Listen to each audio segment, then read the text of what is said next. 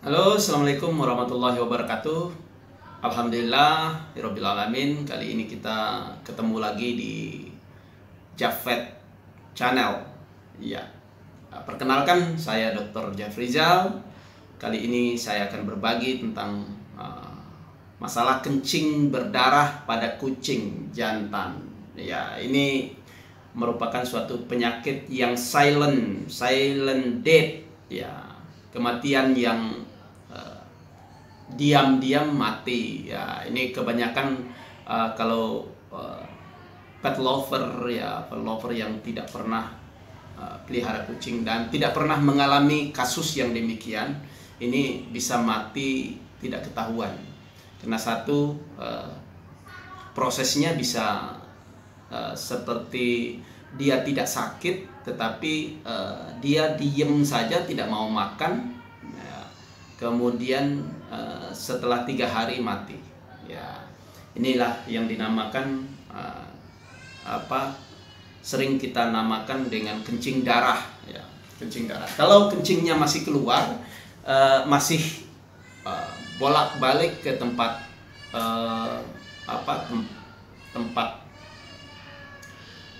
tempat pasir, ya, tempat pupnya, ya, tapi tidak ada pup, ya kan.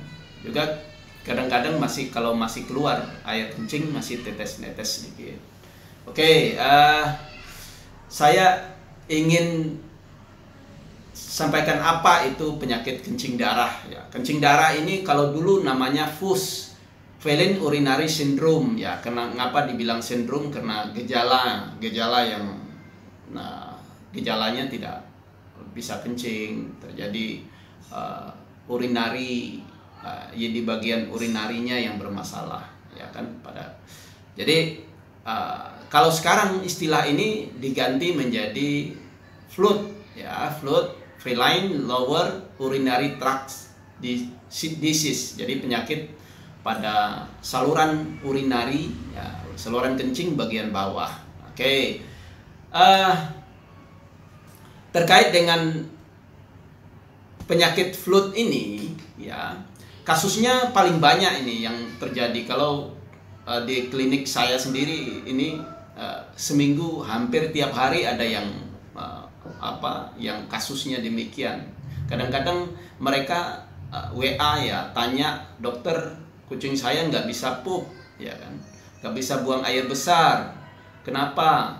Ya, ini saya selalu tanyakan itu jantan apa betina.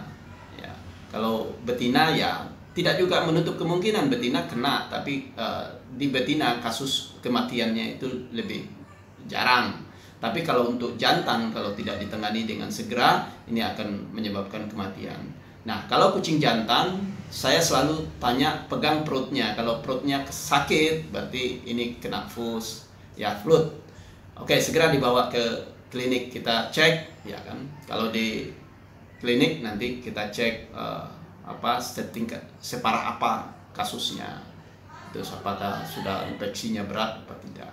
Oke, penyakit saluran kencing bagian bawah ini atau FLUT ini adalah gangguan kemih yang sering terjadi pada kucing. Ya, ini penyakit ini juga kita sering menyebut dengan kencing darah, karena itu gejalanya kita melihat darah yang keluar sedikit-sedikit netes, ya kan, kencingnya agak merah.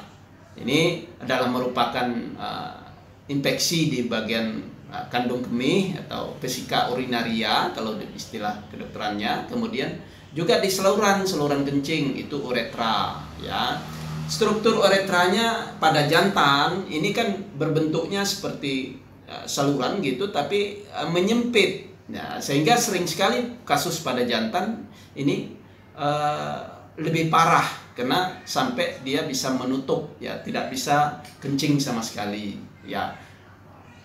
Hal ini terjadi karena pembentukan kristal yang paling sering itu struvit, ya, yaitu di dalam vesika urinaria. Sehingga kadang-kadang kalau kristalnya banyak, kita pasang kateter pun juga kadang-kadang sering terjadi sumbatan juga. Nah, ini yang perlu kita perhatikan. Terus kristal tersebut kemudian menyebabkan inflamasi atau keradangan pada fisika urinarianya, sehingga terjadi pendarahan pada yang bercampur dengan urin, kesulitan buang air kecil, ya kan. Kasus yang dapat menyebabkan obstruksi aliran normal urin ini yang keluar dari PU dapat menyebabkan kematian. Ya, apabila kasusnya berlanjut tidak kita tangani sampai 3 hari, ya biasanya pengalaman di klinik saya itu ada, saya tanya itu sudah sejak kapan tidak bisa kencing, itu biasanya 2 hari, ya. Kalau sudah 3 hari biasanya sudah berat karena terjadi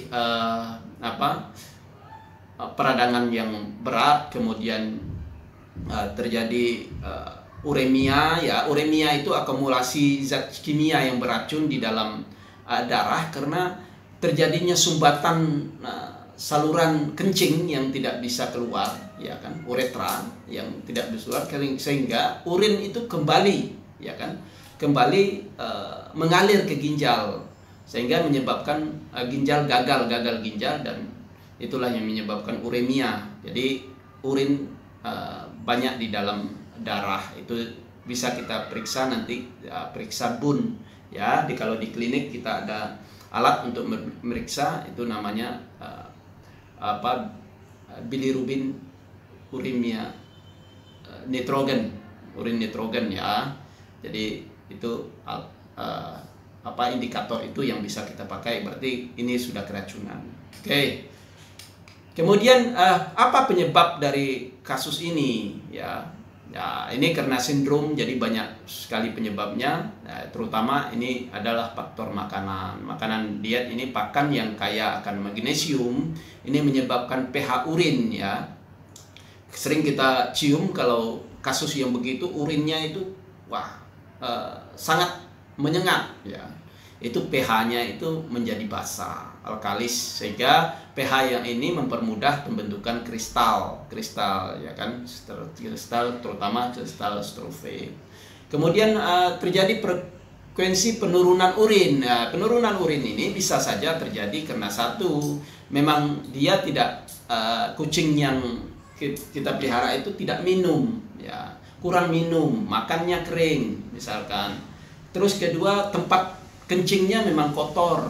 Nah, ini yang bermasalah, ya kan. Kalau kencing yang kotor, dia akan tadi menahan urinarinya dan kemudian terbentuklah kristal. Ini yang perlu diperhatikan. Aktivitas fisiknya juga berkurang. Misalkan kucing yang sering tiduran dengan makan terus kemudian tidur. Nah, ini akan menyebabkan berpotensi sebagai penyebab flu ini. Kemudian stres, jangan sampai stres, ya. Stres ini satu, misalkan ada kegiatan-kegiatan yang menyebabkan dia takut, ya. Ini menyebabkan stres. Kemudian pakan yang ganti, ya kan, ganti-ganti pakan, ini menyebabkan dia juga stres. Ya, jadi ini akan membuat perubahan pH urin, ya. Itulah yang menyebabkan jangan diganti untuk pakan secara mendadak pada kucing jantan. Ini perlu diperhatikan. Yang keempat ini adalah masa kawin, ya. Masa kawin, apakah kucing nggak bisa dikawinin? Tidak kawin kemudian dia kena? Bisa saja itu terjadi karena memang pengaruh hormonal yang menyebabkan pH urin meningkat, ya kan? Itu pengaruh hormonal. Dan dia apabila dengan jarak 1 kilo ada kucing betina yang lagi masa birahi, dia akan mencium dan itulah hormonalnya akan meningkat. Kemudian inilah yang menyebabkan dia stres, ya kan, sehingga bisa terbentuk pH yang meningkat pada urin. Itulah menjadi penyebab dari sehingga kalau kita lakukan steril misalkan, itu bisa mengurangi saja, ya, mengurangi satu faktor, tapi tidak menutup kemungkinan dia bisa terkena kembali. Apa gejala klinis yang bisa kita lihat dari kasus kencing darah ini? Awal-awal satu, dia tidak mau makan, Kemudian dia tidak buang air besar. Ini bukan buang air kecil saja yang, karena buang air besar dia akan merasa sakit. Kemudian sering menjilat-jilat alat genitalnya atau penisnya ya, mohon maaf, penis. Kemudian merejam, sering merejam, kemudian tidak ada yang keluar. Setelah darah ya bisa kita keluar, lihat dari dari alat genitalnya keluar darah sedikit, ya kan. Nah, ini kucing berarti kena fus, ya kan, kena flu. Ya, pada keadaan yang serius kucing jantan akan mengalami obstruksi yang uretra yang berat, ya, akan menunjukkan gejala muntah, kelemahan, kemudian lemas, ya, lemas, sehingga bila kita pegang perutnya akan mengalami kesakitan, sakit sekali. Kemudian bagaimana cara kita melihat, ya, secara klinis, ya, kalau di dokter pasti diperiksa, tapi kalau di pet lover yang tidak punya kompetensi untuk itu, ya melihatnya dengan cara yang gejala-gejala tadi.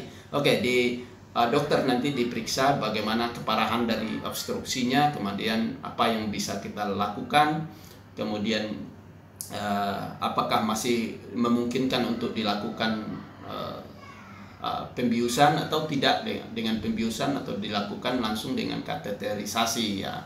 Dengan kateterisasi itu untuk memperlancar urin. Ini yang kita lakukan adalah nanti untuk terapinya diberikan kateterisasi sehingga terjadi pengeluaran urin yang lancar dan kristal PU yang kecil-kecil bisa keluar. Kemudian dengan mengimpus, ya, cairan fisiologis intravena, kemudian itu untuk mengganti cairan usus dan menormalkan, ya, menstabilkan pH cairan tubuh. Kemudian dengan pemberian tentu saja dengan pemberian antibiotik, ya kan, supaya infeksi di saluran kencingnya itu bisa berkurang. Kemudian melakukan parasimpatomimetik, ya, obat-obat itu untuk membuat kontraksi atau relaksasi dari otot di uretra. Dalam beberapa kasus tindakan bedah, yaitu perlu dilakukan apabila sumbatan pada uretra atau di PU-nya juga cukup banyak kristal-kristal yang masih besar, sehingga tidak memungkinkan untuk dilakukan dengan pemberian terapi nutrisi, ya. Nutrisi khusus yang perlu dilakukan adalah pemberian pakan urinari, ya.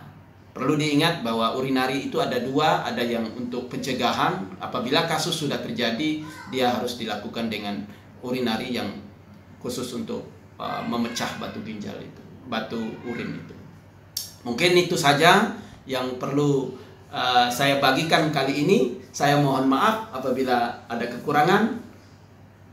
Semoga bisa bermanfaat bagi pet lover, ya, pet lover Palembang khususnya dan Indonesia pada umumnya. Terima kasih. Wabillahi taufiq wal hidayah. Assalamualaikum warahmatullahi wabarakatuh.